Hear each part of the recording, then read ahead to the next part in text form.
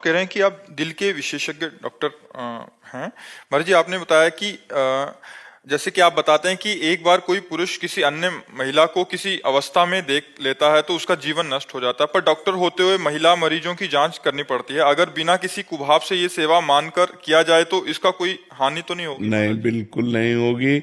अलग अलग पॉइंट हैं।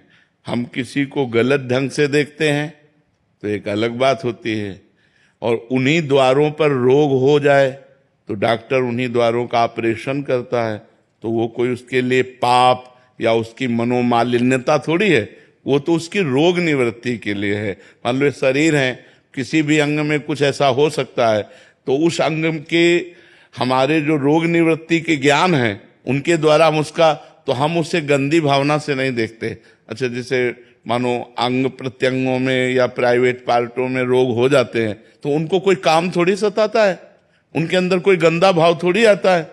और गंदा भाव आवे तब तो बहुत ही निकृष्ट बात है, फिर मंगल नहीं माना जाएगा। गंदा भाव ना आते हुए, अब जैसे एक ऑपरेशन थिएटर में है, चाहे स्त्री का ऑपरेशन हो चाहे पुरुष शरीर का ऑपरेशन हो, उस समय पूरा डॉक्टर का बैच ही उसके जीवन का रखवाला होता है, पूरे शरीर का रखवाला होता है, क्योंकि उसके घर वाला तो कोई अंदर जा नहीं सकता। क्यों?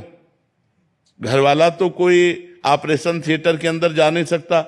वो डॉक्टर और डॉक्टर का परिकर ही जाने कि अब वो क्या देखता है, क्या करता है, क्योंकि जो मरीज है वो तो बेहोश हो गया, चाहे स्त्री शरीर हो चाहे पुरुष शरीर हो। अब आप डॉक्टर जन उसके रखवाले हैं, पूरी जिम्मेवारी आपकी है।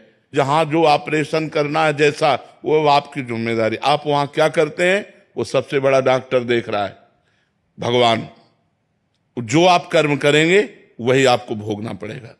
अगर आप वहां कोई गलत हरकत करते हैं तो वो आपके जीवन के लिए बहुत हानिकारक होगी। आप ईमानदारी से मरीज के साथ बर्ताव करते हैं, क्योंकि मरीज बेहोश, उसके शरीर का रखवाला कोई परिवार का है नहीं, और आप ही पूरी जिम्मेवारी की हो।